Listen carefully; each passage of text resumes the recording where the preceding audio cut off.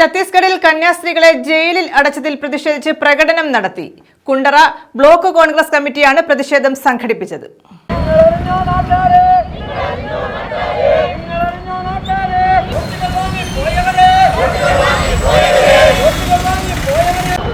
ഛത്തീസ്ഗഡിൽ കന്യാസ്ത്രീകളെ ജയിലിലടച്ചതിൽ പ്രതിഷേധിച്ചാണ് കുണ്ടറ ബ്ലോക്ക് കോൺഗ്രസ് കമ്മിറ്റിയുടെ നേതൃത്വത്തിൽ പ്രകടനം നടത്തിയത്.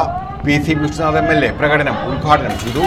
കൂട്ടായ്മ ആഹ്വാനം ചെയ്തിരിക്കുന്നത് നിരപരാധികളായ രണ്ട് കന്യാസ്ത്രീ അമ്മമാരെ, സഹോദരിമാരെ ഛത്തീസ്ഗഡിലെ BJP ഗവൺമെന്റ് നിയമവിരുദ്ധമായി, ജനാധിപത്യ വിരുദ്ധമായി, ഭരണഘടനാ വിരുദ്ധമായി അറസ്റ്റ് ചെയ്ത് തടങ്കിലടച്ചിരിക്കുകയാണ്. യഥാർത്ഥത്തിൽ ആ കന്യാസ്ത്രീ സിസ്റ്റേഴ്സിനെ റെയിൽവേ സ്റ്റേഷനിൽ ആൾക്കൂട്ട വിചാരണ നടത്തി അവരെ ആക്രമിക്കാൻ ശ്രമിച്ച ബജറംഗ് ദളിന്റെ ഗുണ്ടകളെയായിരുന്നു അറസ്റ്റ് ചെയ്ത് ജയിലിൽ അടക്കേണ്ടിയിരുന്നത്.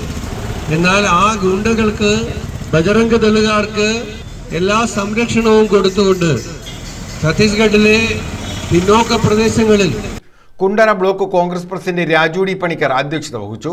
ആശുപത്രിയിൽ നിന്നും ആരംഭിച്ച പ്രകടനം മുക്കടയിൽ സമാപിച്ചു.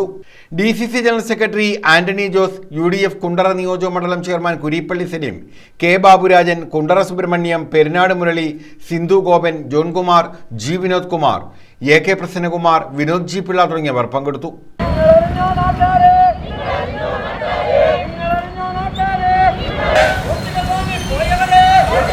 News bureau, Kundara.